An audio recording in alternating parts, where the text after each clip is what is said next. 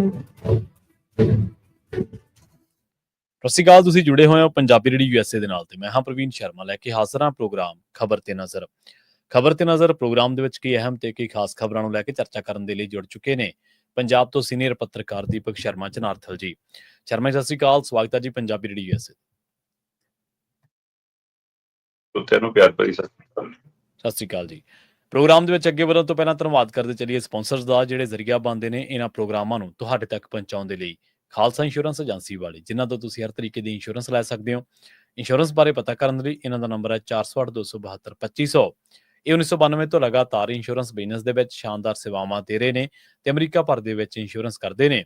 Obama care, Medicare ਜਾਂ ਫਿਰ covered California ਬਾਬਤ ਪਾਲਿਸੀ ਕਰਵਾਉਣ ਦੇ ਲਈ, ਸਲਾਹ ਲੈਣ ਦੇ ਲਈ ਅੱਜ ਹੀ ਕਾਲ ਕਰੋ 408-272-2500 ਤੇ। ਟਰਕੀਆਨਾ ਇਮੀਗ੍ਰੇਸ਼ਨ ਲਾ ਫਰਮ ਵਾਲੀ, ਜੇ ਟਰਕੀਆਨਾ ਟੋਨੀ ਟਰਕੀਆਨਾ ਦੇ ਨਾਲ ਤੁਸੀਂ US ਇਮੀਗ੍ਰੇਸ਼ਨ ਬਾਬਤ ਕੋਈ ਵੀ ਸਲਾਹ ਕਰਨੀ ਹੈ, ਕੋਈ ਵੀ ਸਵਾਲ ਪੁੱਛਣਾ, ਤੇ ਇਹਨਾਂ ਦਾ ਨੰਬਰ ਹੈ 415909-0503। Gurdeep Singh Birdi Clovis, Mandeep Singh, Sandeep Kaur San Jose, Amrik Singh Atwal, Jarnail Singh Yuba City, Jind Kaur Anayat Kaur Bakersfield, Mahinder Singh Mahinder Kaur Mattu Yuba City ਤੇ ਜਰਨੈਲ ਸਿੰਘ ਸਿਆਟਲ ਤੋਂ। ਇਹਨਾਂ ਸਾਰੇ ਹੀ ਸਪਾਂਸਰਸ ਦਾ ਬਹੁਤ ਬਹੁਤ ਧੰਨਵਾਦ। ਤੇ ਜੇਕਰ ਤੁਸੀਂ ਵੀ ਪੰਜਾਬੀ ਰੇਡੀਓ USA ਦੇ ਇਹਨਾਂ ਪ੍ਰੋਗਰਾਮਾਂ ਨੂੰ ਸਪਾਂਸਰ ਕਰਨਾ ਚਾਹੁੰਦੇ ਹੋ ਤਾਂ ਸਟੂਡੀਓ ਦਾ ਨੰਬਰ ਹੈ 408-272-5200। ਅੱਜ ਦਾ ਇਹ ਖਬਰ ਤੇ ਨਜ਼ਰ ਪ੍ਰੋਗਰਾਮ ਸਾਲ 2025 ਦੀ 10 ਮਾਰਚ ਦਾ ਪ੍ਰੋਗਰਾਮ ਹੈ ਤੇ ਦਿਨ ਅੱਜ ਸੋਮਵਾਰ ਹੈ। ਖਬਰਾਂ ਦੀ ਸ਼ੁਰੂਆਤ ਕਰਦੇ ਹਾਂ ਸਿੱਖਾਂ ਦੇ ਮਾਣਮੱਤੇ ਇਤਿਹਾਸ ਤੋਂ, ਸਿੱਖਾਂ ਦੀਆਂ ਉਹਨਾਂ ਸੰਸਥਾਵਾਂ ਤੋਂ ਜਿਨ੍ਹਾਂ ਦੇ ਨਾਲ ਨਾ ਸਿਰਫ ਸਿੱਖਾਂ ਦਾ ਇਤਿਹਾਸ ਬਲਕਿ ਸਿੱਖਾਂ ਦੀ ਬੁਨਿਆਦ ਵੀ ਉਹ ਕਹੀਆਂ ਜਾਂਦੀਆਂ ਨੇ। ਉਹ ਸੰਸਥਾਵਾਂ ਜਥੇਦਾਰ ਸਾਹਿਬਾਨ ਦੀ ਤਾਜ਼ਪੋਸ਼ੀ ਪਹਿਲਾਂ ਵੀ ਹੁੰਦੀ ਰਹੀ ਹੈ ਸਿੱਖ ਕੌਮ ਦੇ ਵਿੱਚ, ਜਦੋਂ ਤੋਂ ਜਥੇਦਾਰ ਸਾਹਿਬ ਥਾਪੇ ਜਾ ਰਹੇ ਨੇ ਤੇ ਹੁਣ ਵੀ ਹੋ ਰਹੀ ਹੈ। ਪਰ ਜਿਹੜੀ ਹੁਣ ਹੋ ਰਹੀ ਹੈ ਉਹ ਕਹਿੰਦੇ ਬੰਦ ਕਮਰਿਆਂ 'ਚ ਹੋ ਰਹੀ ਹੈ ਅੱਜ ਕੱਲ੍ਹ ਕੌਮ ਦੇ ਜਥੇਦਾਰਾਂ ਦੀ ਤਾਜ਼ਪੋਸ਼ੀ। ਪ੍ਰਵੀਨ ਜੀ, ਸਿੰਘ ਸਾਹਿਬ ਗਿਆਨੀ ਰਘਵੀਰ ਸਿੰਘ ਔਰ ਸਿੰਘ ਸਾਹਿਬ ਗਿਆਨੀ ਸੁਲਤਾਨ ਸਿੰਘ ਜੀ, ਦੋਵਾਂ ਨੂੰ ਜਿਸ ਤਰ੍ਹਾਂ ਬੈਠਕ ਬੁਲਾ ਕੇ SGPC ਦੇ ਅੰਤਰਿੰਗ ਕਮੇਟੀ ਨੇ ਤੋਰਿਆ ਤੇ ਉਸ ਤੋਂ ਬਾਅਦ ਬਾਬਾ ਟੇਕ ਸਿੰਘ ਧਨੌਲਾ ਨੂੰ ਤਖਤ ਸ੍ਰੀ ਦਮਦਮਾ ਸਾਹਿਬ ਦਾ ਔਰ ਗਿਆਨੀ ਕੁਲਦੀਪ ਸਿੰਘ ਗੜਗੱਜ ਹੋਰਾਂ ਨੂੰ ਤਖਤ ਸ੍ਰੀ ਕੇਸਗੜ੍ਹ ਸਾਹਿਬ ਦਾ ਜਥੇਦਾਰ ਲਾਇਆ ਜੀ, ਤੇ ਉਸ ਤੋਂ ਬਾਅਦ ਉਹਨਾਂ ਨੂੰ ਵਾਧੂ ਚਾਰਜ ਦੇ ਤੌਰ ਤੇ ਕਾਰਜਕਾਰੀ ਜਥੇਦਾਰ ਤਖਤ ਸ੍ਰੀ ਅਕਾਲ ਤਖਤ ਸਾਹਿਬ ਦੀ ਸੇਵਾ ਸੌਂਪੀ। ਤੋ ਤੈਅ ਸੀਗਾ ਜੀ ਕਿ ਭਾਰਤੀ ਸਮੇਂ ਅਨੁਸਾਰ 10 ਮਾਰਚ ਨੂੰ ਸਵੇਰੇ 11 ਵਜੇ ਗਿਆਨੀ ਕੁਲਦੀਪ ਸਿੰਘ ਗੜਗੱਜ ਹੋਰੀ ਤਖਤ ਸ੍ਰੀ ਕੇਸਗੜ੍ਹ ਸਾਹਿਬ ਆ ਕੇ ਜਥੇਦਾਰ ਦੀ ਸੇਵਾ ਸੰਭਾਲਣਗੇ ਜੀ। ਸੋ ਪਰ ਅਚਾਨਕ ਸਵੇਰੇ ਉੱਠਦਿਆਂ ਹੀ ਸੋਸ਼ਲ ਮੀਡੀਆ ਦੇ ਹਵਾਲੇ ਨਾਲ, ਮੀਡੀਆ ਅਦਾਰਿਆਂ ਦੇ ਹਵਾਲੇ ਨਾਲ, ਪੱਤਰਕਾਰ ਸਾਥੀਆਂ ਦੇ ਹਵਾਲੇ ਨਾਲ ਖਬਰ ਆਪੜੀ ਕਿ ਜੀ ਕੁਲਦੀਪ ਸਿੰਘ ਗੜਗੱਜ ਹੋਰਾਂ ਨੇ ਤਾਂ 3 ਵਜੇ ਤੋਂ ਪਹਿਲਾਂ ਹੀ ਜਥੇਦਾਰੀ ਸੰਭਾਲ ਲਈ ਜੀ। ਸੋ ਉਸ ਤੋਂ ਬਾਅਦ ਫਿਰ ਇਹ ਚਰਚਾ ਛਿੜ ਪਈ ਸਿੰਘ, ਕਿਉਂਕਿ ਬਕਾਇਦਾ ਤੌਰ ਤੇ ਨਿਹੰਗ ਜਥੇਬੰਦੀਆਂ ਨੇ ਕਿਹਾ ਸੀਗਾ ਕਿ ਅਸੀਂ ਇਹ ਸੇਵਾ ਨਹੀਂ ਸੰਭਾਲਣ ਦਿਆਂਗੇ, ਅਸੀਂ ਉਹਨਾਂ ਨੂੰ ਜਥੇਦਾਰ ਨਹੀਂ ਪ੍ਰਵਾਨ ਕਰਦੇ। ਦਮਦਮੀ ਟਕਸਾਲ ਇਤਰਾਜ਼ ਪ੍ਰਗਟਾ ਚੁੱਕੀ ਸੀ, ਹੋਰ ਸਿੱਖ ਨੁਮਾਇੰਦਿਆਂ 'ਚ ਰੋਸਾ ਪਨਪ ਗਿਆ ਸੀਗਾ। ਇੱਥੋਂ ਤੱਕ ਕਿ ਜਿਸ ਜ਼ਿਲ੍ਹੇ ਦੇ ਵਿੱਚ ਆਉਂਦਾ ਸ਼੍ਰੀ ਅਨੰਦਪੁਰ ਸਾਹਿਬ ਦਾ ਇੱਕ ਖੇਤਰ, ਉਸ ਜ਼ਿਲ੍ਹੇ ਦੇ ਪ੍ਰਧਾਨ ਨੇ ਅਕਾਲੀ ਦਲ ਨੇ ਅਸਤੀਫਾ ਦਿੱਤਾ ਸੀਗਾ ਜੀ। ਇਸੇ ਤਰ੍ਹਾਂ ਹੋਰ ਕਿੰਨੇ ਲੀਡਰ ਛੱਡ ਰਹੇ ਸੀਗੇ। ਸੋ ਇਹ ਸਾਰੀ ਪ੍ਰਕਿਰਿਆ ਦੇ ਦਰਮਿਆਨ ਇਹ ਬਿਲਕੁਲ ਤੁਹਾਡੀ ਗੱਲ ਦਰੁਸਤ ਹੈ ਕਿ ਕੀ ਕੌਮ ਦੇ ਜਥੇਦਾਰਾਂ ਦੀ ਨਿਯੁਕਤੀਆਂ, ਤੈਨਾਤੀਆਂ, ਤਾਜਪੋਸ਼ੀਆਂ ਹੁਣ ਬੰਦ ਕਮਰਿਆਂ 'ਚ ਹੋਣਗੀਆਂ। ਜਦੋਂ ਤਖਤ ਸ੍ਰੀ ਕੇਸਗੜ੍ਹ ਸਾਹਿਬ ਮੱਥਾ ਟੇਕਣ ਵਾਲੀ ਫੋਟੋ ਹੈ, ਸਰੋਪਾ ਉਹ ਲੈਣ ਵਾਲੀ ਤਸਵੀਰ ਹੈ, ਉਹਦੇ ਵਿੱਚ ਪਿੱਛੇ ਤਖਤ ਸਾਹਿਬ ਦੇ ਅੰਦਰ ਘੜੀ ਲੱਗੀ ਦਿਖ ਰਹੀ ਹੈ ਜਿਹਦੇ ਉੱਤੇ 2:50 ਤੋਂ ਉੱਪਰ 52 ਮਿੰਟ ਦਾ ਸਮਾਂ ਦਿਖਾ ਰਹੀ ਹੈ ਉਹ ਘੜੀ। ਤੋ ਉਸ ਹਵਾਲੇ ਨਾਲ ਮੇਰੀ ਕੱਲ ਗਿਆਨੀ ਕੇਵਲ ਸਿੰਘ ਹੋਰਾਂ ਨਾਲ ਵੀ ਗੱਲ ਹੋ ਰਹੀ ਸੀ। ਉਹਨਾਂ ਦਾ ਦੱਸਣਾ ਸੀਗਾ ਕਿ ਸਵੇਰੇ 4 ਵਜੇ ਦਾ ਸਮਾਂ ਹੁੰਦਾ ਜਦੋਂ ਗੁਰੂ ਸਾਹਿਬ ਦਾ ਪ੍ਰਕਾਸ਼ ਕੀਤਾ ਜਾਂਦਾ ਹੈ, ਸੰਗਤਾਂ ਲਈ ਬੂਹੇ ਖੁੱਲਦੇ ਨੇ। ਸੋ ਸਾਰੀ ਪ੍ਰਕਿਰਿਆ, ਸੋ ਇੱਕ ਤਸਵੀਰ 'ਚ ਦਿਖ ਰਿਹਾ ਕਿ ਪਾਲਕੀ ਸਾਹਿਬ ਦੇ ਵਿੱਚ ਚਿੱਟਾ ਕੱਪੜਾ ਸੁਸ਼ੋਭਿਤ ਹੈ, ਇਹਦਾ ਮਤਲਬ ਜੇ ਰੁਮਾਲੇ ਨਹੀਂ ਹੈ ਤੇ ਗੁਰੂ ਸਾਹਿਬ ਦਾ ਪ੍ਰਕਾਸ਼ ਨਹੀਂ ਹੋਇਆ ਫਿਰ। ਸੋ ਇਸ ਸਾਰੀ ਪ੍ਰਕਿਰਿਆ ਨੇ ਸਵਾਲ ਖੜੇ ਕੀਤੇ ਨੇ ਕਿ ਇਹ ਕਿਹੜਾ ਢੰਗ ਤਰੀਕਾ ਜੀ। ਮੈਂ ਗਿਆਨੀ ਹਰਪ੍ਰੀਤ ਸਿੰਘ ਹੋਰਾਂ ਨੂੰ ਵੀ ਸੁਣ ਰਿਹਾ ਸੀਗਾ, ਉਹ ਕਹਿੰਦੇ ਕਿ ਵੀ ਇਹ ਮੈਂ ਨਵੇਕਲੀ ਪ੍ਰਕਿਰਿਆ ਦੇਖ ਰਿਹਾ ਕਿ ਕੌਮ ਦੇ ਜਥੇਦਾਰ ਦੀ ਤਾਜਪੋਸ਼ੀ ਹੋ ਰਹੀ ਹੈ, ਉਸ ਨੂੰ ਸੇਵਾ ਸੰਭਾਲੀ ਜਾ ਰਹੀ ਹੈ ਤੇ ਨਾ ਗ੍ਰੰਥ ਨਾ ਪੰਥ। ਉਹ ਕਹਿੰਦੇ ਕਿ ਗੁਰੂ ਗ੍ਰੰਥ ਸਾਹਿਬ ਜੀ ਦਾ, ਫਿਰ ਉਹਨਾਂ ਨੇ ਦੂਸਰੀਆਂ ਫੋਟੋਆਂ ਜਾਰੀ ਕੀਤੀਆਂ ਕਿ ਆਹ ਦੇਖੋ ਜੀ ਗੁਰੂ ਗ੍ਰੰਥ ਸਾਹਿਬ ਜੀ ਦਾ ਪ੍ਰਕਾਸ਼ ਹੈਗਾ। ਉਹ ਕਹਿੰਦੇ ਕਿ ਭਾਈ ਇਹ ਤਾਂ ਜਿਹੜੇ ਅਖੰਡ ਪਾਠ ਸਾਹਿਬ ਚੱਲ ਰਹੇ ਨੇ ਉਸ ਕਮਰੇ 'ਚ ਜਾ ਕੇ ਤੁਸੀਂ ਅਰਦਾਸ ਕਰਕੇ ਸੇਵਾ ਸੰਭਾਲ ਰਹੇ ਹੋ, ਤੁਸੀਂ ਤਖਤ ਸ੍ਰੀ ਕੇਸਗੜ੍ਹ ਸਾਹਿਬ ਦੇ ਉੱਤੇ ਦਾ ਜੇ ਪ੍ਰਕਾਸ਼ ਹੀ ਨਹੀਂ ਹੋਇਆ ਸੀ ਜਦੋਂ ਤੁਸੀਂ ਮੱਥਾ ਟੇਕ ਕੇ ਦਸਤਾਰਾਂ ਵੀ ਲੈ ਲਈਆਂ ਜੀ, ਸਰੋਪੇ ਵੀ ਲੈ ਲਏ। ਸੋ ਇਹ ਇੱਕ ਤਾਂ ਇਹ ਸਵਾਲ ਆਇਆ, ਉਹ ਕਹਿੰਦੇ ਕਿ ਗੁਰੂ ਗ੍ਰੰਥ ਸਾਹਿਬ ਦਾ ਪ੍ਰਕਾਸ਼। ਦੂਸਰਾ ਗਿਆਨੀ ਹਰਪ੍ਰੀਤ ਸਿੰਘ ਦੇ ਹਵਾਲੇ ਨਾਲ ਵੀ ਜਾਂ ਸਿੱਖ ਬੁੱਧੀਜੀਵੀ ਦੇ ਹਵਾਲੇ ਨਾਲ ਮੈਂ ਦੇਖ ਰਿਹਾ ਸੀਗਾ, ਉਹ ਕਹਿੰਦੇ ਕਿ ਵੀ ਇਹ ਰਵਾਇਤ ਤੁਰੀ ਆਉਂਦੀ ਹੈ, ਇੱਕ ਪਰੰਪਰਾ ਤੁਰੀ ਆਉਂਦੀ ਹੈ ਕਿ ਵੀ ਜਦੋਂ ਜਥੇਦਾਰ ਸਾਹਿਬਾਨ ਕੋਈ ਵੀ ਸੇਵਾ ਸੰਭਾਲਦੇ ਨੇ ਤਾਂ ਦੂਸਰੇ ਤਖਤਾਂ ਦੇ ਜਥੇਦਾਰ ਮੌਜੂਦ ਹੁੰਦੇ ਨੇ। ਸ਼੍ਰੀ ਦਰਬਾਰ ਸਾਹਿਬ ਦੇ, ਸ਼੍ਰੀ ਕੇਸਗੜ੍ਹ ਸਾਹਿਬ ਦੇ, ਜਾਂ ਜਿੱਥੇ ਵੀ ਹੈਗੇ ਉੱਥੋਂ ਦੇ ਹੈੱਡ ਗ੍ਰੰਥੀ ਮੌਜੂਦ ਹੁੰਦੇ ਨੇ। ਫਿਰ ਸ਼੍ਰੋਮਣੀ ਕਮੇਟੀ ਦੇ ਪ੍ਰਧਾਨ, ਹੋਰ ਪ੍ਰਮੁੱਖ ਮੈਂਬਰ, ਹੋਰ ਸੰਪਰਦਾਵਾਂ ਦੇ ਮੁਖੀ ਉਹ ਮੌਜੂਦ ਰਹਿੰਦੇ ਨੇ, ਤਾਂ ਕਿ ਲੱਗੇ ਕਿ ਬਈ ਸਾਰੀ ਕੌਮ ਦੀ ਨੁਮਾਇੰਦਗੀ ਕਰਨ ਵਾਲੀਆਂ ਧਿਰਾਂ ਇੱਥੇ ਹਾਜ਼ਰ ਨੇ। ਸੋ ਅਜਿਹਾ ਕੁਝ ਵੀ ਨਹੀਂ ਸੀਗਾ। ਉਹ ਕਹਿੰਦੇ ਨਹੀਂ ਜੀ 5 ਪਿਆਰੇ ਸੀਗੇ।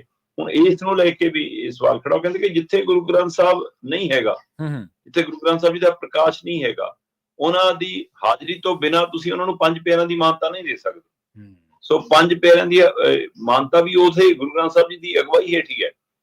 ਸੋ ਇਸ ਸਾਰੀ ਪ੍ਰਕਿਰਿਆ ਦੇ ਵਿੱਚ ਸਵਾਲ ਖੜੇ ਹੋ ਗਏ ਨੇ। ਸੋ ਪਰ ਜੀ ਕੁਲਦੀਪ ਸਿੰਘ ਗੜਗੱਜ ਹੋਰਾਂ ਨੇ ਉੱਥੇ ਵੀ ਸੇਵਾ ਸੰਭਾਲ ਲਈ, ਤੇ ਫਿਰ ਦਿਨ ਚ ਜਾ ਕੇ ਦਰਬਾਰ ਸਾਹਿਬ ਵੀ ਮੱਥਾ ਟੇਕਿਆ ਤੇ ਅਕਾਲ ਤਖਤ ਸਾਹਿਬ ਦੀ ਸੇਵਾ ਸੰਭਾਲੀ। ਉੱਧਰ ਨਿਹੰਗ ਜਥੇਬੰਦੀਆਂ ਹੁਣ ਆਪਣਾ ਇਕੱਠ ਕਰ ਰਹੀਆਂ ਨੇ, ਸਾਰਾ ਕੁਝ ਇਕੱਤਰਤਾ ਕਰ ਰਹੀਆਂ ਨੇ। ਠੀਕ ਹੈ। ਇਸ ਦੇ ਦਰਮਿਆਨ ਮਤਲਬ ਅਕਾਲੀ ਦਲ, ਬਾਦਲ ਧਿਰ ਵੱਲੋਂ ਜਾਂ ਸ਼੍ਰੋਮਣੀ ਕਮੇਟੀ ਵੱਲੋਂ ਇਹ ਦਮ ਭਰਿਆ ਗਿਆ ਕਿ ਅਸੀਂ ਜੀ ਸਮੇਂ ਨੂੰ ਦੇਖਦਿਆਂ ਹੋਇਆਂ, ਹਾਲਾਤ ਨੂੰ ਦੇਖਦਿਆਂ ਖੂਨੀ ਟਕਰਾਅ ਟਾਲ ਲਿਆ। ਠੀਕ ਹੈ। ਮਤਲਬ ਹਜੇ ਤੱਕ ਅਸੀਂ ਇਹ ਨਹੀਂ ਸਮਝ ਰਹੇ ਕਿ ਖੂਨੀ ਟਕਰਾਅ ਵਾਲੇ ਹਾਲਤ ਕਿਉਂ ਬਣ ਰਹੇ ਨੇ। ਫਿਰ ਨਹੀਂ, ਇਹ ਨਹੀਂ, ਬਿਲਕੁਲ ਹੈ ਨਾ। ਅੱਛਾ, ਜੇ ਇਹ ਬਚਾ ਲਿਆ ਅਸੀਂ ਖੂਨੀ ਟਕਰਾਅ, ਤਾਂ ਕੀ ਸਿਧਾਂਤ ਵੀ ਬਚਾਇਆ? ਕਿ ਕੌਮ ਦਾ ਫਲਸਫੇ ਨੂੰ ਵੀ ਅਸੀਂ ਬਚਾ ਲਿਆ? ਜਿਹੜਾ ਇੰਨਾ ਸ਼ਾਨਾਮਤੀ ਸੀ ਉਹਨੂੰ ਟੈਟਿਵਲੀ ਤਾਂ ਨਹੀਂ ਕਰੇ? ਇਹ ਕੌਣ ਬਾਚੂਗਾ? ਇਸ ਦੇ ਉੱਤੇ ਮੰਥਨ ਕੌਣ ਕਰੂ?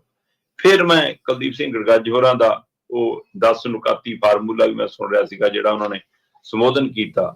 ਉਹਦੇ ਵਿੱਚੋਂ ਕੁਝ ਲਾਈਨਾਂ ਕੱਟ ਕੇ ਬੜੀਆਂ ਕੁਝ ਖਾਸ ਚੈਨਲਾਂ ਵੱਲੋਂ ਜਾਂ ਚੇਤਿਆਂ ਵੱਲੋਂ, ਬਾਦਲ ਦਲ ਵਾਲਿਆਂ ਵੱਲੋਂ ਚਲਾਈਆਂ ਜਾ ਰਹੀਆਂ ਕਿ ਕੁਲਦੀਪ ਸਿੰਘ ਗੜਗੱਜ ਹੋਰਾਂ ਨੇ ਕਿਹਾ ਜੀ ਕਿ 2 ਦਸੰਬਰ ਦੇ ਫੈਸਲੇ ਬਦਲੇ ਨਹੀਂ ਜਾਣਗੇ, ਉਹ ਹੂਬਹੂ ਲਾਗੂ ਰਹਿਣਗੇ।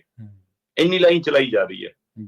ਉਹਦੇ ਨਾਲ ਦੀ ਅਗਲੀ ਲਾਈਨ ਖਾਲੀ, ਜਿਹਦੇ ਵਿੱਚ ਉਹਨਾਂ ਨੇ ਕਿਹਾ ਕਿ ਪਰ ਜਿਹੜੀ ਅਕਾਲੀ ਦਲ ਦੀ ਭਰਤੀ ਲਈ ਕਮੇਟੀ ਬਣੀ ਹੈ ਉਹਦੇ ਉੱਤੇ ਮੁੜ ਵਿਚਾਰ ਹੋਊਗਾ। ਜਿਹੜੀ ਭਰਤੀ 7 ਮੈਂਬਰੀ ਕਮੇਟੀ ਬਣੀ ਹੈ, ਕੀ ਉਹ ਹੁਕਮਨਾਮਿਆਂ 'ਚ ਨਹੀਂ ਆਉਂਦੀ ਜਨਾਬ? ਹਾਂਜੀ, ਬਿਲਕੁਲ। ਉਹ ਨਾ ਫੈਸਲਾ ਹੁਕਮਨਾਮੇ ਦਾ ਹਿੱਸਾ ਨਹੀਂ ਹੈ। ਜੀ ਸਹੀ। ਜਾਂ ਤਾਂ ਇਹ ਸਮਝਾਉਣ ਫਿਰ। ਸਹੀ, ਬਿਲਕੁਲ ਸਹੀ, ਬਿਲਕੁਲ ਹੈ ਨਾ। ਸੋ ਫਿਰ ਇਸ ਤਰ੍ਹਾਂ ਮਤਲਬ ਕਿ ਅਸਲ ਦੇ ਵਿੱਚ ਹੁਣ ਮੰਨਿਆ ਇਹ ਜਾ ਰਿਹਾ ਕਿ ਇੱਕ ਤਾਂ ਉਹ 7 ਮੈਂਬਰੀ ਜਾਂ ਜਿਹੜੀ ਵੀ 5 ਮੈਂਬਰੀ ਬੱਚੀ ਆ ਉਹਦਾ ਭੋਗ ਪਊਗਾ। ਠੀਕ ਹੈ। ਦੂਸਰਾ, ਮੁੜ ਕੇ ਬਾਦਲ ਪਰਿਵਾਰ ਨੂੰ ਫਕਰੇ ਕੌਮ ਵਾਪਸ ਮਿਲ ਜੂਗਾ।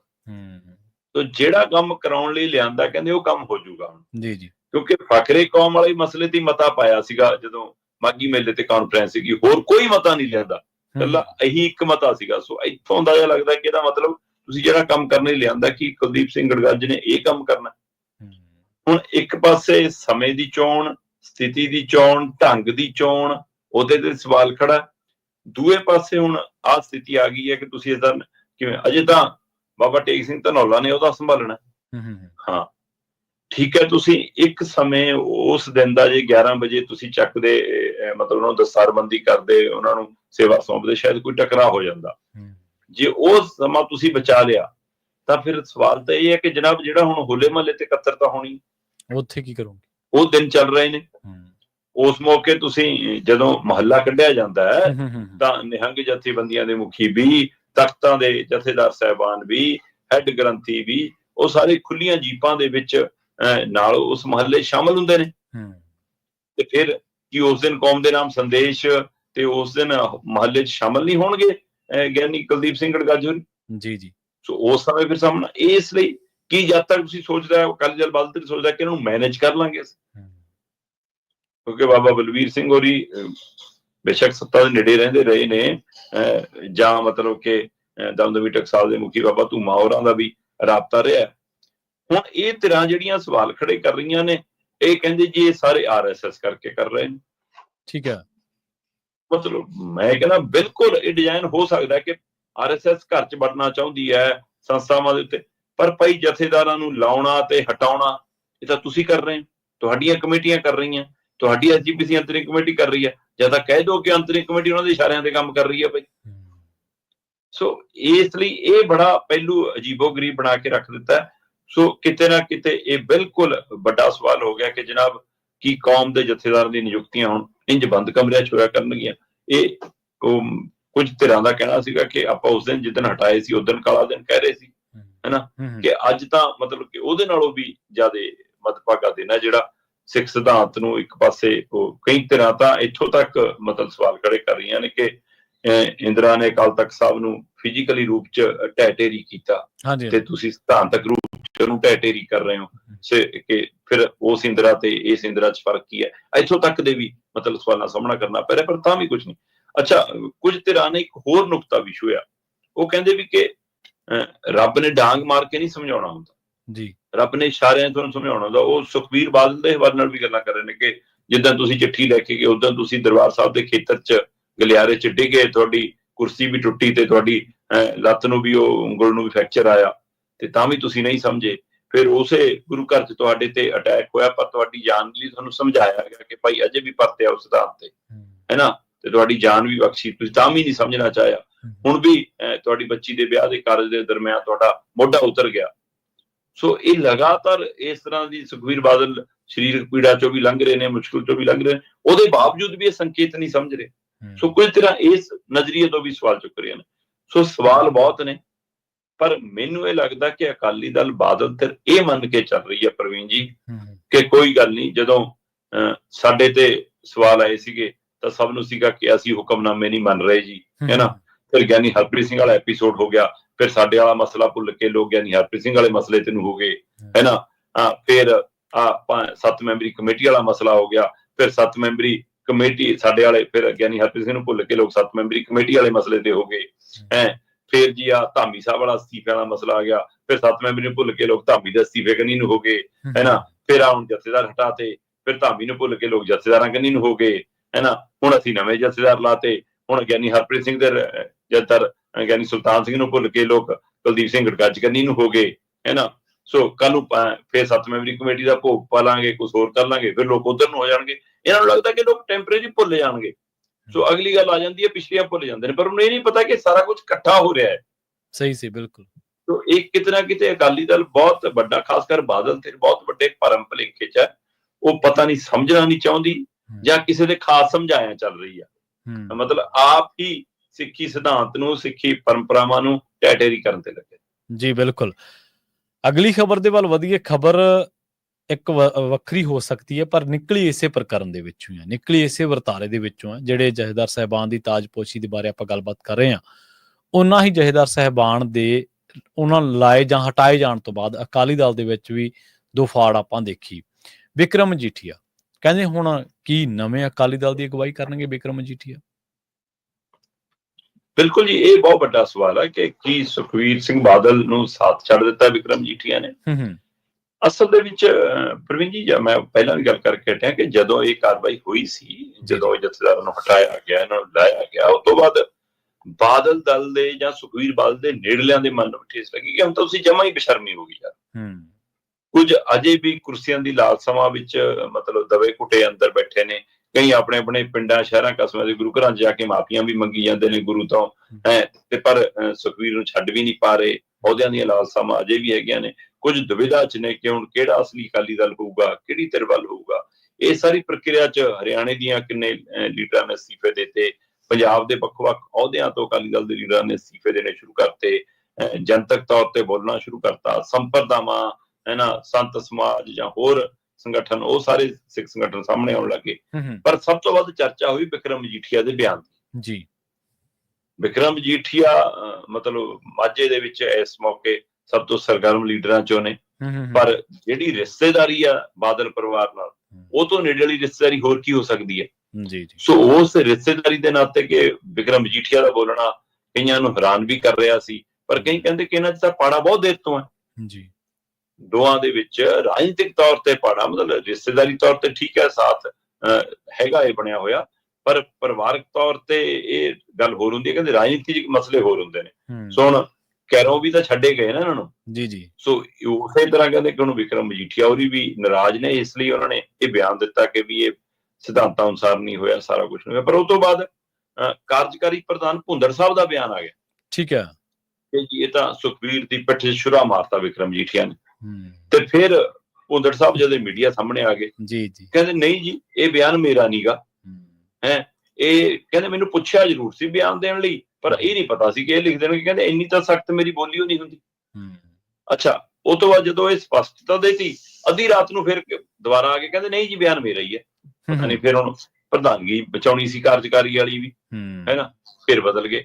ਸੋ ਇਹ ਸਾਰੀ ਸਥਿਤੀ ਦੇ ਵਿੱਚ ਸਭ ਦਾ ਇਹ ਮੰਨਣਾ ਹੈ ਕਿ ਵਿਕਰਮ ਮਜੀਠੀਆ ਨੇ ਇੱਕ ਪਹਿਲ ਕਰਕੇ ਇੱਕ ਹਿੰਮਤ ਦਿਖਾਈ ਹੈ, ਜਿਹੜੇ ਹੋਰ ਬਾਦਲ ਦੇ ਨਾਲ ਖੜੇ, ਸੁਖਬੀਰ ਦੇ ਨਾਲ ਖੜੇ ਬੰਦੇ ਨਹੀਂ ਦਿਖਾ ਪਾ ਰਹੇ।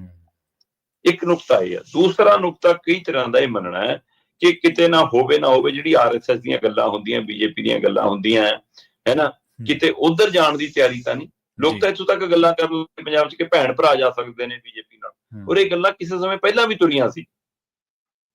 ਤੇ ਅੱਜ ਉਸ ਨੂੰ ਇਸ ਲਈ ਤਾਕਤ ਮਿਲ ਰਹੀ ਹੈ ਕਿ ਉਧਰ ਉਹਨਾਂ ਨੂੰ ਸਿੱਟ ਤਲਬ ਕਰ ਰਹੀ ਹੈ। 17 ਤਰੀਕ ਨੂੰ ਸਿੱਟ ਮੂਹਰੇ ਪੇਸ਼ ਹੋਣਾ ਹੈ ਨਾ। ਵਿਕਰਮ ਮਜੀਠੀਆ ਦਾ ਉਹ ਮਸਲਾ ਪਿਆ, ਪਹਿਲਾਂ ਉਹ ਅੰਦਰ ਕੱਟ ਕੇ ਆਏ ਨੇ ਤੇ ਕਹਿੰਦੇ ਕਿ BJP ਦੇ ਰਹਿਮੋ ਕਰਮ ਤੇ ਹੀ ਬਾਹਰ ਆਏ ਸੀ, ਇਸ ਲਈ ਕਹਿੰਦੇ ਉੱਧਰ ਜਾ ਸਕਦੇ ਨੇ। ਤੇ ਇੱਕ ਧਿਰ ਇਹ ਵੀ ਕਹਿੰਦੀ ਹੈ ਕਿ ਨਹੀਂ, ਉਸ ਨੇ ਮਤਲਬ ਸਿੱਖੀ ਨੂੰ ਮੂਹਰੇ ਰੱਖਿਆ, ਸਿਧਾਂਤ ਨੂੰ ਮੂਹਰੇ ਰੱਖਿਆ, ਹੈ ਨਾ, ਉਹਨੇ ਹਿੰਮਤ ਦਿਖਾਈ ਹੈ। ਪਰ ਇਹਦੇ ਪਿੱਛੇ ਇੱਕ ਪਹਿਲੂ ਇਹ ਵੀ ਬਾਚਿਆ ਜਾ ਰਿਹਾ ਕਿ ਇਸ ਮੌਕੇ ਜਿਹੜਾ ਰੋਸਾ ਬਣ ਪਿਆ ਬਾਦਲ ਦਲ ਦੇ ਖਿਲਾਫ, ਉਹ ਰੋਸਾ ਕੱਲ ਨੂੰ ਨਵੇਂ ਅਕਾਲੀ ਦਲ 'ਚ ਬਦਲੇਗਾ।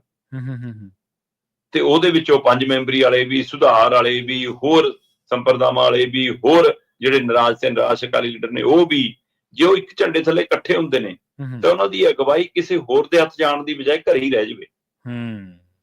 ਸੋ ਕਹਿੰਦੇ ਕਿ ਇਹ ਵੀ ਇੱਕ ਡਿਜ਼ਾਈਨ ਹੋ ਸਕਦਾ ਕਿ ਆਪ ਹੀ ਉਧਰ, ਕਿਉਂਕਿ ਸਭ ਤੋਂ ਪਹਿਲਾਂ ਇਆਲੀ ਨੇ ਉਹਨਾਂ ਦਾ ਸਵਾਗਤ ਕੀਤਾ।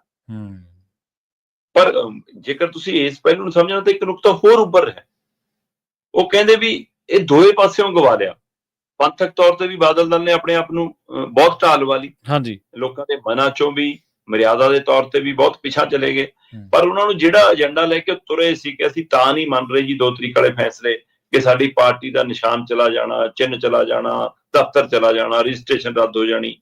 ਉਹ ਕਹਿੰਦੇ ਕਿ ਅੱਜ ਦੀ ਤਰੀਕ 'ਚ ਜੇ ਵਿਕਰਮ ਮਜੀਠੀਆ ਸੱਚਮੁੱਚ ਸਾਥ ਛੱਡ ਗਏ ਨੇ ਤੇ ਫਿਰ ਭਾਈ ਤੁਹਾਡੇ ਕੋਲ ਤਾਂ ਪਾਰਟੀ ਦਾ ਲਈ ਬਚੇ ਹੀ ਨਹੀਂ ਕੁਛ। ਕਿਉਂਕਿ ਜੇਕਰ ਇਹ ਮਸਲਾ, ਆਪਾਂ ਪਹਿਲਾਂ ਵੀ ਸ਼ਾਇਦ ਮੈਂ ਇੱਕ ਦਿਨ ਗੱਲ ਕੀਤੀ ਸੀ ਕਿ ਮਸਲਾ ਇਹ ਕਿਤੇ ਮਹਾਰਾਸ਼ਟਰ ਵਾਲਾ ਨਾ ਹੋਵੇ ਜੋ NCP ਨਾਲ ਹੋਇਆ ਜਾਂ ਉਹ ਸ਼ਿਵ ਸੈਨਾ ਨਾਲ ਹੋਇਆ, ਤੇ ਜੇ ਉਹ ਪਹਿਲੂ ਆਇਆ ਤਾਂ ਪੰਥਕ ਤੌਰ ਤੇ ਤੁਸੀਂ ਸਾਰਾ ਕੁਝ ਗਵਾ ਚੁੱਕੇ ਹੋ। ਤੇ ਚੋਣ ਕਮਿਸ਼ਨ ਨੇ ਕਹਿਣਾ ਜੀ ਲਿਆਓ ਜੀ ਕਿੰਨੇ MLA ਤੁਹਾਡੇ ਕੋਲ, ਉਹਨੇ ਕਹਿੰਦਾ ਜੀ 3, ਤਿੰਨਾਂ ਚੋਂ ਕਿੰਨੇ ਆ ਜੀ ਤੁਹਾਡੇ ਨਾਲ, ਕੋਈ ਵੀ ਨਹੀਂ ਜੀ। ਫਿਰ ਜਿੱਧਰ MLA ਹੋਣਗੇ ਫਿਰ ਚੋਣ ਨਿਸ਼ਾਨ ਕਹਿੰਦੇ ਉੱਧਰ ਜਾਊਗਾ, ਉੱਥੇ ਇਹ ਪਹਿਲੂ ਆ ਜਾਣਾ। ਤੇ ਹੁਣ ਇਆਲੀ ਤੇ ਜੇ ਵਿਕਰਮ ਮਜੀਠੀਆ ਇਕੱਠੇ ਹੋ ਗਏ ਤਾਂ 2 MLA ਹੋ ਗਏ, ਚੋਣ ਨਿਸ਼ਾਨ ਇਹਨਾਂ ਕੋਲੇ 3 MLA ਨੇ। 3 MLA ਚੋਂ ਇੱਕ ਆਮ ਆਦਮੀ ਪਾਰਟੀ ਨਾਲ ਜਾ ਚੁੱਕਿਆ, ਡਾਕਟਰ ਸੁੱਖੀ। ਮਨਪ੍ਰੀਤ ਇਆਲੀ ਪਹਿਲਾਂ ਬਾਹਰ ਸੀ ਤੇ ਜੇ ਹੁਣ ਵਿਕਰਮ ਮਜੀਠੀਆ ਵੀ ਉਹਦੇ ਨਾਲ ਜਾਂਦੇ ਤਾਂ ਵਿਕਰਮ ਮਜੀਠੀਆ ਦੀ ਧਰਮ ਪਤਨੀ ਹੈ। ਤੇ ਜੇ ਭੈਣ ਭਰਾ ਇਕੱਠੇ ਚਲੇ ਗਏ ਕਿਸੇ ਪਾਸੇ ਤਾਂ ਫਿਰ MP ਵੀ ਗਈ ਤੁਹਾਡੇ ਕੋਲ। ਸੋ ਫਿਰ ਤਾਂ ਪੂਰੀ ਪਾਰਟੀ ਉਧਰ ਜਾ ਰਹੀ ਹੈ। ਜੇ 2 ਇੱਕ ਪਾਸੇ ਚਲੇ ਗਏ ਤਾਂ ਪੂਰਾ ਹੀ ਚਲਾ ਗਿਆ ਉਧਰ, ਜੇ ਇੱਕ MP ਵੀ ਚਲਾ ਗਿਆ ਤਾਂ ਵੀ। ਸੋ ਇਸ ਲਈ ਇਹ ਨਾ ਹੋਵੇ ਕਿ ਸਾਰਾ ਕੁਝ ਗਵਾ ਬੈਣ, ਇਹ ਵੀ ਸਥਿਤੀ ਖੜੀ ਹੈ ਜੀ। ਸੋ ਹੁਣ ਇਹ ਕਿੱਧਰ ਨੂੰ ਪਲਟਾ ਵੱਜੇਗਾ, ਮਤਲਬ ਇਹ ਕਹਿਣਾ ਅਜੇ ਉਹ ਨਹੀਂਗਾ, ਪਰ ਇਹ ਹੈ ਕਿ ਪਲਟਾ ਵੱਜੇਗਾ। ਹੁਣ ਮੈਨੂੰ ਲੱਗਦਾ ਇਹ ਤੋਂ ਉੱਪਰ ਹੋਰ ਖਿਲਰ ਨੂੰ ਕੁਝ ਰਹਿ ਨਹੀਂ ਗਿਆ ਸੀ। ਹੁਣ ਇਹ ਖਲਾਰਾ ਕਿਵੇਂ ਸਿਮਟੇਗਾ, ਇਹ ਦੇਖਣ ਵਾਲੀ ਗੱਲ।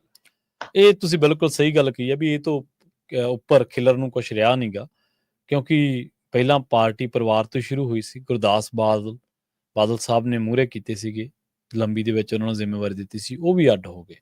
ਕੈਰੋਂ ਪਰਿਵਾਰ ਨੂੰ ਨੇੜੇ ਲਿਆਂਦਾ, ਉਹਨਾਂ ਦੇ ਵਿੱਚੋਂ ਆਪ ਹੀ ਪਾਰਟੀ ਨੂੰ ਬਰਖਾਸਤ ਕੱਢ ਦਿੱਤਾ ਗਿਆ, ਜੋ ਵੀ ਹੈ।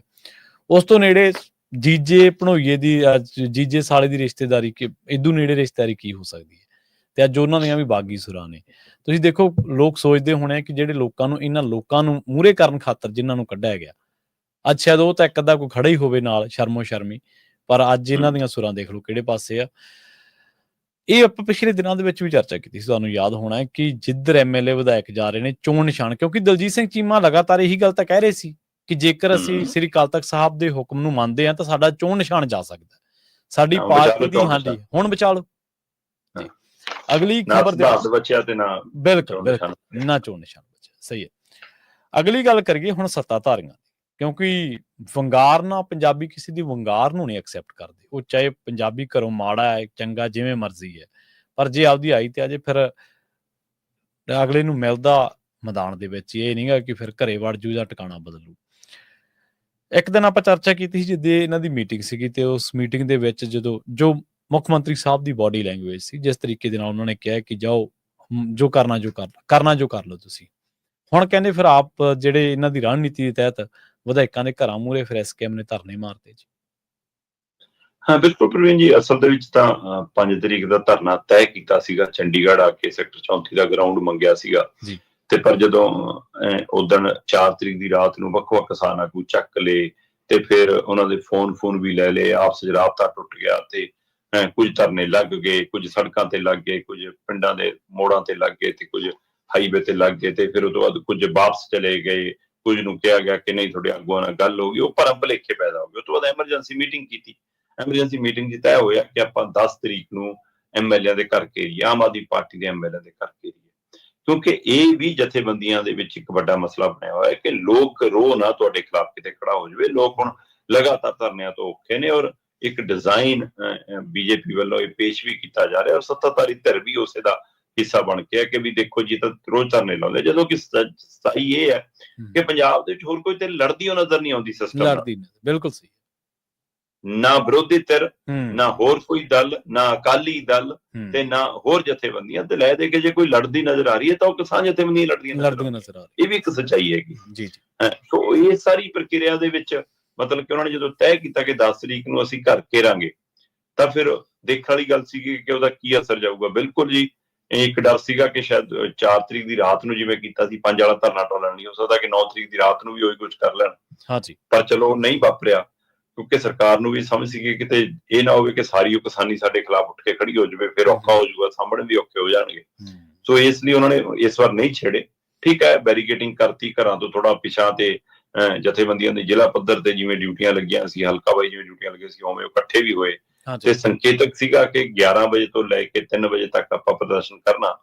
ਹਾਂ, ਉਹਦੇ ਨਾਲ ਸਰਕਾਰ ਦੇ ਕੰਨਾਂ ਤੇ ਕਿੰਨਾ ਕੁ ਅਸਰ ਹੋਇਆ ਇਹ ਤਾਂ ਨਹੀਂ ਪਤਾ, ਜਾਂ MLA ਨੂੰ ਕਿੰਨਾ ਕੁ ਮੁਸ਼ਕਲ ਆਈ, ਕਿਉਂਕਿ ਮੰਤਰੀ ਸੰਤਰੀ ਤਾਂ ਸਾਰੀ ਦਿੱਲੀ ਚੰਡੀਗੜ੍ਹ 'ਚ ਫਿਰ ਰਹੇ ਸੀ ਗੱਡੀਆਂ ਲੈ ਕੇ ਆਪਣੀਆਂ। ਹਾਂ, ਪਰ ਉਹਨਾਂ ਦੇ ਘਰਾਂ ਮੂਹਰੇ ਲੱਗੇ ਉਹ ਬੈਰੀਕੇਡਾਂ ਕਰਕੇ ਮਹੱਲੇ ਸ਼ਹਿਰ ਗਲੀ ਵਾਲਿਆਂ ਨੂੰ ਕਿੰਨਾ ਕੁ ਮੁਸ਼ਕਲ ਆਈ, ਇਹ ਸਵਾਲ ਜ਼ਰੂਰ ਹੋਇਆ ਹੋਊਗਾ। ਹਾਂ, ਪਰ ਸੰਕੇਤਕ ਤੌਰ ਤੇ ਜਿਹੜਾ ਪ੍ਰਗਟਾਵਾ ਸੀ ਉਹਦਾ ਸੁਨੇਹਾ ਗਿਆ ਕਿ ਬਿਲਕੁਲ ਜੀ ਪੰਜਾਬ ਦੇ 94 ਦੇ ਕਰੀਬ MLA ਦੇ ਘਰਾਂ ਮੂਹਰੇ SKM ਨੇ ਧਰਨਾ ਮਾਰਿਆ ਤੇ 10 ਤਰੀਕ ਦੇ ਧਰਨੇ ਦੇ ਨਾਲ ਹੀ ਉਹਨਾਂ ਨੇ ਹੁਣ 15 ਤਰੀਕ ਦੀ ਕਾਲ ਦਿੱਤੀ ਹੋਈ ਹੈ ਮੁੱਖ ਮੰਤਰੀ ਨੂੰ ਕਿ ਜੋ ਕਿਸਾਨ ਭਵਨ ਆਪਾਂ ਕਿਸਾਨੀ ਮਸਲਿਆਂ ਤੇ ਗੱਲ ਕਰਾਂਗੇ। ਪਤਾ ਜੀ 15 ਨੂੰ ਨਹੀਂ ਆਉਣਗੇ ਮੁੱਖ ਮੰਤਰੀ ਸਾਹਿਬ, ਪਰ SKM ਆਪਣੀ ਬੈਠਕ ਕਰਕੇ ਅਗਲੀ ਰਣਨੀਤੀ ਐਲਾਨੇਗੀ। ਪ੍ਰਵੀਨ ਜੀ, ਇਹ ਵੀ ਇੱਕ ਪਹਿਲੂ ਉੱਪਰ ਰਿਹਾ ਕਿ ਜਿਹੜਾ 5 ਮਾਰਚ ਵਾਲਾ ਧਰਨਾ ਸੀ ਉਹਦੇ ਵਿੱਚ SKM ਦੀਆਂ ਕੁਝ ਜਥੇਬੰਦੀਆਂ ਮਨੋ ਸਹਿਮਤ ਨਹੀਂ ਸੀ, ਪਰ ਸਾਂਝੇ ਤੌਰ ਤੇ ਸਹਿਮਤੀ ਹੋਈ ਸੀ, ਇਸ ਲਈ ਉਤਰੀਆਂ ਸੀ। ਇਹ ਵੀ ਇੱਕ ਪਹਿਲੂ ਆ ਰਿਹਾ। ਉਹ ਕਹਿੰਦੇ ਕਿ ਉਹਨਾਂ ਦਾ ਕਹਿਣਾ ਸੀਗਾ ਕਿ ਜੇ ਹੁਣ 5 ਮਾਰਚ ਤੁਸੀਂ ਪੱਕਾ ਮੋਰਚਾ ਲਾਉਣ ਜਾ ਰਹੇ ਹੋ, ਜੇ ਚੰਡੀਗੜ੍ਹ ਪੱਕਾ ਮੋਰਚਾ ਲੱਗ ਗਿਆ ਤੇ ਅਪ੍ਰੈਲ 'ਚ ਕਣਕ ਦੀ ਵਾਢੀ ਆ ਜਾਣੀ, ਜੀਰੀ ਦੀ ਅਗਾਨ ਲਵਾਈ ਆ ਜਾਣੀ, ਫਿਰ ਕੀ ਕਰਾਂਗੇ। ਸੋ ਇਸ ਲਈ ਉਹਨਾਂ ਦਾ ਮੰਨਣਾ ਸੀਗਾ ਕਿ ਆਪਾਂ ਨੂੰ ਅੰਦੋਲਨ ਵਾਲਾ ਟਾਈਮ ਉਹੀ ਸੂਟ ਕਰਦਾ ਜਦੋਂ ਆਪਾਂ ਦਿੱਲੀ ਗਏ ਸੀ ਸਤੰਬਰ ਅਕਤੂਬਰ, 3-4 ਮਹੀਨੇ ਹੁੰਦੇ ਨੇ, ਉਦੋਂ ਫਿਰ ਇੱਕ ਵਾਰ ਜੰਮ ਗਿਆ ਖਾੜਾ ਫਿਰ ਚੱਲੀ ਜਾਂਦਾ ਹੁੰਦਾ। ਸੋ ਇਸ ਲਈ ਇਹਦੀ ਹੁਣ ਜਿਹੜੀ 15 ਤਰੀਕ ਨੂੰ ਬੈਠਕ ਹੋਣੀ ਆ ਉਹਦੇ ਵਿੱਚੋਂ ਮੈਨੂੰ ਇਹ ਲੱਗਦਾ ਕਿ ਸਤੰਬਰ ਦੇ ਨੇੜੇ ਤੇੜੇ ਦਾ ਅੰਦੋਲਨ ਨਿਕਲੂਗਾ। ਜੇ ਪੱਕੇ ਮੋਰਚੇ ਲਈ ਨਿਕਲਣਾ ਹੋਊਗਾ ਫਿਰ ਉਹਦੀ ਰਣਨੀਤੀ ਤੇ ਸਮਾਂ ਵੀ ਹੋਊਗਾ, ਉਹਦੀ ਤਿਆਰੀ ਵੀ ਫਿਰ ਉਵੇਂ ਹੋਊਗੀ। ਇੱਕ ਤਾਂ ਹੀ ਹੈ। ਦੂਸਰੇ ਪਾਸੇ ਜਿਹੜਾ ਸਾਲ ਤੋਂ ਉੱਪਰ ਹੋ ਗਿਆ, ਮਤਲਬ 1 ਸਾਲ ਤੋਂ ਉੱਪਰ ਵਕਫਾ ਹੋ ਗਿਆ, ਉਹ 400 ਦਿਨਾਂ ਨੂੰ ਜਾ ਟੁੱਕਣ ਵਾਲਾ। ਹੁਣ ਖਨੌਰੀ ਔਰ ਸ਼ੰਭੂ ਬਾਰਡਰ ਤੇ 390 ਦਿਨਾਂ ਤੇ ਪਾਰ ਚਲਾ ਗਿਆ ਹੈ ਨਾ। ਇਹ 106ਵਾਂ ਦਿਨ ਹੋ ਗਿਆ ਜਗਜੀਤ ਸਿੰਘ ਡੱਲੇਵਾਲ ਉਹਦੇ ਮਰਨ ਵਰਤ ਨੂੰ, ਚਾਹੇ ਉਹ ਡ੍ਰਿਪ ਦੇ ਸਾਰੇ ਆ, ਚਾਹੇ ਡ੍ਰਿਪ ਖੋਲਤੀ ਕਦੇ ਲਾ ਲਈ। ਸੋ 106 ਦਿਨਾਂ ਦਾ ਉਹ ਮਰਨ ਵਰਤ ਤੇ 390 ਦਿਨਾਂ ਤੋਂ ਪਾਰ ਅੰਦੋਲਨ। ਸੋ ਉੱਥੇ ਵੀ ਨਜ਼ਰ ਹੈ ਜੀ 19 ਤਰੀਕ ਨੂੰ ਉਹਨਾਂ ਦੀ ਸਰਕਾਰ ਨਾਲ ਫੇਰ ਬੈਠਕ। ਸੋ ਜੇ ਉਸ ਸਮੇਂ ਦਰਮਿਆਨ ਫਿਰ ਇੱਕ ਵਾਰ ਇਹੀ ਨਜ਼ਰ ਹੈ ਕਿ ਕੀ 15 ਤਰੀਕ ਵਾਲੀ ਬੈਠਕ ਚੋਂ ਫਿਰ ਕੋਈ ਏਕੇ ਵਾਲੀ ਰਾਹ ਨਿਕਲੂਗਾ ਜਾਂ ਨਹੀਂ ਨਿਕਲੂਗਾ। ਜੇ ਉੱਥੇ ਵੀ ਤਾਕਤ ਵੱਧਦੀ ਹੈ ਤਾਂ ਕੇਂਦਰ ਤੇ ਵੀ ਦਬਾਅ ਵੱਧਦਾ, ਤੇ ਜੇ ਇੱਧਰ ਵੀ ਇਕੱਠਿਆਂ ਹੋ ਕੇ ਅਗਲੇ ਅੰਦੋਲਨ ਦੀ ਗੱਲ ਤੁਰਦੀ ਹੈ ਤਾਂ ਵੀ ਦਬਾਅ ਵੱਧਦਾ। ਸੋ ਇਹ ਦੇਖਣ ਵਾਲੀ ਗੱਲ ਹੋਏਗੀ। ਫਿਲਹਾਲ 10 ਮਾਰਚ ਵਾਲੇ ਅੰਦੋਲਨ ਦਾ ਸੁਨੇਹਾ ਜ਼ਰੂਰ ਸਰਕਾਰ ਤੱਕ ਪਹੁੰਚ ਗਿਆ ਕਿ ਭਾਈ ਐ ਨਾ ਸਮਝਿਓ ਕਿ ਇੱਕ ਵਾਰ ਤੁਸੀਂ ਕੁਝ ਕਰ ਲਿਆ ਤੇ ਅਸੀਂ ਜਮਾਂ ਹੀ ਖਤਮ ਹੋ ਗਏ। ਸੋ ਇਹ ਲੜਾਈਆਂ ਜਦੋਂ ਜੁਝੀਆਂ ਜਾਂਦੀਆਂ ਧਰਾਤਲ ਤੇ ਤਾਂ ਇਹ ਹੁੰਦਾ ਰਹਿੰਦਾ ਹੈ ਵਰਤਾਰਾ, ਤੇ ਐ ਪੁਲਿਸ ਦੇ ਦਮ ਦੇ ਉੱਤੇ ਕਦੇ ਜਿੱਤਾਂ ਨਹੀਂ ਹਾਸਲ ਹੁੰਦੀਆਂ। ਇਹ ਵੀ ਸਰਕਾਰਾਂ ਨੂੰ ਪਤਾ ਹੋਣਾ ਚਾਹੀਦਾ ਜੀ। ਬਿਲਕੁਲ ਬਿਲਕੁਲ। ਅਗਲੀ ਖਬਰ ਦੇ ਵੱਲ ਵਧੀਏ ਸ਼ਰਮਾ ਜੀ, ਗੱਲ ਕਰੀਏ ਪੰਜਾਬ ਦੇ ਮੋਹਾਲੀ ਜ਼ਿਲ੍ਹੇ ਦੀ, ਕਿਉਂਕਿ ਇੱਥੇ ਇੱਕ ਅਜੀਬ ਵਰਤਾਰਾ ਵਾਪਰ ਰਿਹਾ। ਇੱਥੇ ਧੜਾ ਧੜ ਜਿਹੜੇ ਵੋਟਰ ਨੇ ਉਹ ਵੱਧ ਰਹੇ ਨੇ। ਜੀ ਇਹ ਬਿਲਕੁਲ ਦਰੁਸਤ ਹੈ, ਇਹਦੇ ਵਿੱਚ ਕੋਈ ਦੋ ਰਾਏ ਨਹੀਂ ਕਿ ਜਨਸੰਖਿਆ ਵਧਣ ਦੇ ਹਵਾਲੇ ਨਾਲ VOTING ਵੱਧਦੀ ਹੈ। ਹਾਂਜੀ, ਉਹ ਪੂਰੇ ਪੰਜਾਬ 'ਚ ਫਿਰ ਵੱਧ ਰਹੀ ਹੈ, ਔਰ ਪੂਰੇ ਪੰਜਾਬ ਦੇ ਵਿੱਚ ਵੀ ਇਕੱਲੀ ਜਨਸੰਖਿਆ ਕਾਰਨ ਨਹੀਂ ਵੱਧ ਰਹੀ, ਉਹਦੇ ਵਿੱਚ ਪ੍ਰਵਾਸ ਜਿਹੜਾ ਬਾਹਰੋਂ ਹੋ ਰਿਹਾ ਉਹ ਵੀ ਇੱਕ ਪਹਿਲੂ ਹੈ। ਉਹਨੇ ਸਾਡੇ ਕੁਝ ਜਾ ਵੀ ਰਹੇ ਨੇ, ਪਰ ਜਿੰਨੇ ਸਾਡੇ ਜਾ ਰਹੇ ਨੇ ਉਹਦੇ ਮੁਕਾਬਲੇ ਵੱਧ ਰਹੇ ਨੇ। ਬਿਲਕੁਲ ਸਹੀ। ਸੋ ਇਸ ਲਈ ਪੂਰੇ ਪੰਜਾਬ 'ਚ ਵੀ ਮੈਂ ਅੰਕੜੇ ਦੇਖ ਰਿਹਾ ਸੀਗਾ, ਪਿਛਲੇ 13 ਸਾਲਾਂ 'ਚ ਪੰਜਾਬ 'ਚ 20% ਵੋਟ ਵਧੀ ਹੈ ਜੀ। ਪਿਛਲੇ 13 ਸਾਲਾਂ 'ਚ ਪੰਜਾਬ ਦੇ ਅੰਦਰ 20% ਵੋਟ ਵਧੀ ਹੈ, ਪਰ ਕੱਲੇ ਮੋਹਾਲੀ ਜ਼ਿਲ੍ਹੇ 'ਚ 55% ਵੋਟ ਵਧੀ ਹੈ। ਸੋ ਇਹ ਆਪਣੇ ਆਪ 'ਚ ਬਹੁਤ ਵੱਡਾ ਪਾੜਾ ਹੈ। ਮਤਲਬ ਪੰਜਾਬ ਦੇ ਮੁਕਾਬਲੇ ਕੱਲੇ ਮੋਹਾਲੀ ਜ਼ਿਲ੍ਹੇ 'ਚ ਜੇ 35% ਵੱਧ ਵੋਟ ਵੱਧ ਰਹੀ ਹੈ, ਉੱਥੇ 20 ਹੈ ਤੇ ਇੱਥੇ 55 ਤਾਂ ਤੁਸੀਂ ਅੰਦਾਜ਼ਾ ਲਾ ਲਓ। ਹਾਂ, ਜੇਕਰ ਇਹਨੂੰ ਇੱਕ ਹੋਰ ਗੰਭੀਰ ਪਹਿਲੂ ਤੇ ਦੇਖਣਾ ਹੋਵੇ ਕਿ ਮੋਹਾਲੀ ਜ਼ਿਲ੍ਹੇ 'ਚ 3 ਸੀਟਾਂ ਆਉਂਦੀਆਂ ਨੇ MLA ਦੀ। ਹਾਂਜੀ, ਡੇਰਾਬੱਸੀ ਹੈ, ਖਰੜ ਹੈ ਤੇ ਮੋਹਾਲੀ। ਮਤਲਬ 2012 ਦੇ ਵਿੱਚ ਜਦੋਂ VOTING ਹੁੰਦੀ ਹੈ ਤਾਂ ਲਗਭਗ 3 ਹਲਕਿਆਂ ਦੀਆਂ ਵੋਟਾਂ ਨੇੜੇ ਤੇੜੇ ਰਹਿੰਦੀਆਂ। ਡੇਰਾਬੱਸੀ ਦੀ 1,78,000 ਵੋਟ ਸੀ, ਠੀਕ ਹੈ ਜੀ, ਹੈ ਨਾ, ਤੇ ਇਸੇ ਤਰ੍ਹਾਂ ਮੋਹਾਲੀ ਦੀ 1,77,000 ਵੋਟ ਸੀਗੀ ਤੇ ਖਰੜ ਦੀ ਵੋਟ 1,73,000 ਸੀ।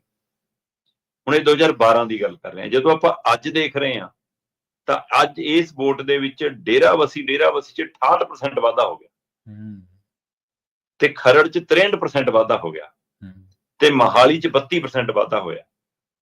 ਮਤਲਬ ਮੋਹਾਲੀ ਦੀ ਬਾਕੀ ਡੇਰਾਬੱਸੀ ਤੇ ਖਰੜ ਦੇ ਮੁਕਾਬਲੇ ਘੱਟ ਵਧਣ ਕਰਕੇ ਹੀ ਇਹ 55% ਹੈ, ਨਹੀਂ ਤਾਂ ਉਹ 68 ਤੇ 63 ਹੈ, ਪਰ ਤਾਂ ਵੀ 32-20% ਨਾਲੋਂ ਵੱਧ ਹੈ ਪੰਜਾਬ ਦੀ ਐਵਰੇਜ ਨਾਲ।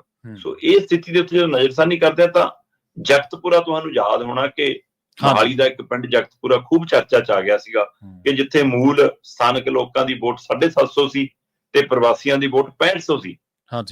ਉੱਥੇ ਪੰਚਾਇਤੀ ਚੋਣ ਰੋਕਣੀ ਪੈ ਗਈ ਸੀ। ਇਸੇ ਤਰ੍ਹਾਂ ਮੁੱਦੋ ਸੰਗਤੀਆਂ, ਇਸ ਪਿੰਡ ਦਾ ਮਸਲਾ ਆ ਗਿਆ ਸੀਗਾ ਪ੍ਰਵਾਸੀਆਂ ਦਾ ਕਿ ਉੱਥੇ ਵੀ ਟਾਲੀਆਂ ਪਈਆਂ ਚੋਣਾਂ। ਫਿਰ ਇਸੇ ਤਰ੍ਹਾਂ ਜੰਡਪੁਰੇ ਵਾਲਾ ਮਸਲਾ ਆਇਆ ਸੀ, ਉੱਥੇ ਫਿਰ ਪੋਸਟਰ ਲਾਉਣੇ ਪੈ ਗਏ ਸੀ ਕਿ ਰਾਤ ਨੂੰ 10 ਵਜੇ ਤੋਂ ਬਾਹਰ ਨਹੀਂ ਨਿਕਲੋਗੇ, ਕੱਲਾ ਬਰਮੁੰਡਾ ਪਾ ਕੇ ਜਾਂ ਲੰਗੋਟੀ ਜੀ ਲਾ ਕੇ, ਧੋਤੀਆਂ ਜਿਹੀਆਂ ਲਾ ਕੇ ਨਹੀਂ ਫਿਰੋਗੇ, ਪ੍ਰੋਪਰ ਕੱਪੜੇ ਪਾਓਗੇ, ਇਸ ਤਰ੍ਹਾਂ ਦੇ ਪਹਿਲੂ। ਸੋ ਇਹ ਪਿੰਡਾਂ ਦੇ ਵਿੱਚ ਅੱਜ ਸਥਿਤੀ ਕੋਈ ਦੋ ਰਾਏ ਨਹੀਂ ਕਿ ਤੁਸੀਂ ਇਹਨਾਂ ਨੂੰ ਪੰਜਾਬ ਦੇ ਪਿੰਡ ਨਹੀਂ ਕਹਿ ਸਕਦੇ। ਜੀ। ਸੋ ਇਸ ਪ੍ਰਕਿਰਿਆ ਤੇ ਜਦੋਂ ਨਜ਼ਰਸਾਨੀ ਕਰਦੇ ਆ ਤਾਂ ਡੇਰਾਬੱਸੀ ਜਿਹੜਾ ਖੇਤਰ ਉਧਰੋਂ ਹਰਿਆਣਾ ਯੂਪੀ ਵਾਲੇ ਪਾਸਿਓਂ, ਦਿੱਲੀ ਵਾਲੇ ਪਾਸਿਓਂ ਆ ਕੇ ਲੱਗਦਾ ਹੈ, ਇੱਕ ਤਾਂ ਉਹ ਮੋਹਾਲੀ ਦੇ, ਚੰਡੀਗੜ੍ਹ ਦੇ, ਮੋਹਾਲੀ ਦੇ ਤੇ ਖਰੜ ਦੇ ਮੁਕਾਬਲੇ ਸਸਤਾ ਹੈ ਤੇ ਇਸ ਲਈ ਉੱਥੇ ਬਹੁਤ ਜ਼ਿਆਦਾ ਲੋਕ ਆ ਕੇ ਵਸ ਰਹੇ ਨੇ। ਦੂਸਰਾ, ਹਰਿਆਣੇ ਤੋਂ ਜਿੰਨਾ ਇੱਧਰ ਲੋਕ ਆ ਰਹੇ ਨੇ ਉਧਰ ਨੂੰ ਪ੍ਰੈਫਰ ਕਰਦੇ ਨੇ, ਯੂਪੀ ਬਿਹਾਰ ਤੋਂ ਜਿਹੜੇ ਲੋਕ ਆ ਰਹੇ ਨੇ ਉਹ ਉਧਰ ਨੂੰ ਪ੍ਰੈਫਰ ਕਰਦੇ ਨੇ, ਹੈ ਨਾ। ਰਾਜਸਥਾਨ ਵਾਲਾ ਉੱਥੇ ਬੈਲਟ ਆ ਰਹੀ ਆ, ਉੱਪਰ ਵਾਲੀ ਜਿਹੜੀ ਹਿਮਾਚਲ ਵਾਲੀ ਬੈਲਟ ਆ ਉਹ ਉੱਥੇ ਆ ਰਹੀ ਆ। ਸੋ ਇੱਕ ਪਹਿਲੂ ਤਾਂ ਇਹ ਹੈਗਾ।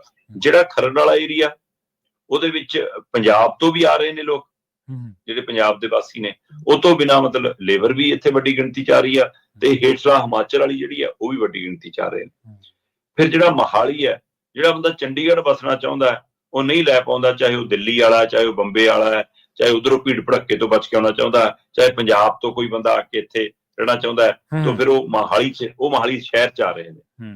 ਸੋ ਇਸ ਤਰ੍ਹਾਂ ਇਹ ਵੀ ਇੱਕ ਪਹਿਲੂ ਹੈ। ਦੂਸਰਾ, ਫਿਰ ਇੱਥੇ ਐਜੂਕੇਸ਼ਨ ਦੇ ਸੈਂਟਰ, ਸਿੱਖਿਆ ਦੇ ਸੈਂਟਰ, ਫਿਰ ਉਹ ਜਦੋਂ ਜਵਾਕ ਉਰੇ ਪੜ੍ਹਨ ਆਉਂਦੇ ਨੇ ਫਿਰ ਉਰੇ ਦੀ ਆਬੋ ਹਵਾ ਤੋਂ ਪ੍ਰਭਾਵਿਤ ਵੀ ਹੁੰਦੇ ਨੇ ਤੇ ਉਰੇ ਹੁਣ ਕਾਲ ਸੈਂਟਰ ਧੜਾ ਧੜ ਨੇ। ਸੋ ਉਹ ਕਾਲ ਸੈਂਟਰਾਂ 'ਚ ਜਦੋਂ ਉਹਨਾਂ ਦੇ ਰੁਜ਼ਗਾਰ ਦੇ ਕੰਮ ਖੁੱਲਦੇ ਨੇ ਫਿਰ ਉਹ ਰਹਿਣ ਦੇ ਠਿਕਾਣੇ ਵੀ ਉਰੇ ਬਣਦੇ ਨੇ। ਸੋ ਇਸ ਤਰ੍ਹਾਂ ਮਤਲਬ ਕਿ ਇਹ ਇਲਾਕਾ ਪੂਰਾ ਮੋਹਾਲੀ ਜ਼ਿਲ੍ਹਾ ਪੰਜਾਬ ਦੇ ਮੁਕਾਬਲੇ ਵੱਖਰੀ ਤਰ੍ਹਾਂ ਦਾ, ਔਰ ਆਉਣ ਵਾਲੇ ਸਮੇਂ ਦੇ ਵਿੱਚ ਇਹ ਪੰਜਾਬ ਦਾ ਇੱਕ ਨਵਾਂ ਦ੍ਰਿਸ਼ ਹੈ। ਸੋ ਜੋ ਦ੍ਰਿਸ਼ ਮੋਹਾਲੀ ਦਾ ਅਗਲੇ 8-10 ਸਾਲ 'ਚ ਸਮੁੱਚੇ ਪੰਜਾਬ ਦਾ ਹੋ ਜਾਵੇ। ਬਿਲਕੁਲ ਸਹੀ ਹੈ ਜੀ, ਬਿਲਕੁਲ। ਲਲਿਤ ਮੋਦੀ ਦੀ ਗੱਲ ਕਰੀਏ, ਵਿਦੇਸ਼ ਦੇ ਵਿੱਚ ਨਾਗਰਿਕਤਾ ਰੱਦ ਕਰ ਦਿੱਤੀ ਗਈ ਹੈ ਜੀ। ਹਾਂ, ਬਿਲਕੁਲ।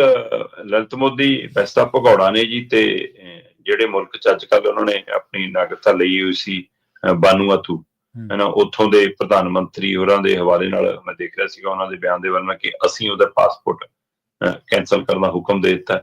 ਤੇ ਲਲਿਤ ਮੋਦੀ ਤਾਂ ਆਪਣੇ ਟਵੀਟ ਤੇ ਮੈਂ ਦੇਖ ਰਿਹਾ ਸੀਗਾ ਚੰਦ ਦਿਨ ਪਹਿਲਾਂ ਹੀ 8 ਮਾਰਚ ਨੂੰ ਕਹਿ ਰਿਹਾ ਸੀਗਾ ਕਿ 15 ਸਾਲ ਤੋਂ ਮੇਰੇ ਮਗਰ ਭਰਦਾ ਮੀਡੀਆ ਉਹੀ ਪਿਆ, ਮੇਰਾ ਤਾਂ ਕਿਸੇ ਅਦਾਲਤ 'ਚ ਕੋਈ ਕੇਸ ਵੀ ਪੈਂਡਿੰਗ ਨਹੀਂਗਾ, ਜਦ ਕਿ ਪੁਰਾਣਾ ਰਿਕਾਰਡ ਉਹਨਾਂ ਦਾ ਦੱਸਦਾ ਹੈ ਕਿ ਉਹਨਾਂ ਨੇ ਜਿਸ ਤਰ੍ਹਾਂ ਦਾ IPL ਦੇ ਵਿੱਚ ਖੇਲ ਕੀਤਾ, ਅਰਬਾਂ ਖਰਬਾਂ ਦੇ ਘਟਾਲੇ ਨੇ। ਕਹਿੰਦੇ ਜੀ 425 ਕਰੋੜ ਦਾ ਠੇਕਾ ਲਿਆ ਸੀ IPL ਦੇ ਵਿੱਚ ਮੌਰੀਸ਼ੀਅਸ ਦੀ ਕੰਪਨੀ ਤੋਂ, ਤੇ ਹਾਂਜੀ ਉਹਦੇ ਵਿੱਚੋਂ 425 ਕਰੋੜ ਚੋਂ 125 ਕਰੋੜ ਦਾ ਕਹਿੰਦੇ ਕਮਿਸ਼ਨ ਇਹ ਸੀਗਾ।